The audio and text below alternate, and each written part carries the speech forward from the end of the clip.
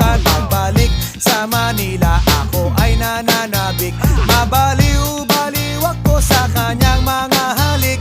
Okay lang, di maiwasan na mamiss paminsan-minsan. Pero pag kami nakita, aking panggigigilan. Di ko siya titigilan when she comes. Di ko siya titigilan when she comes. Di ko siya titigilan, di ko siya titigilan, di ko siya titigilan when she comes. Ay ganda ng aming samahan at walang nanlalamig. Mas pa sa mag-asawa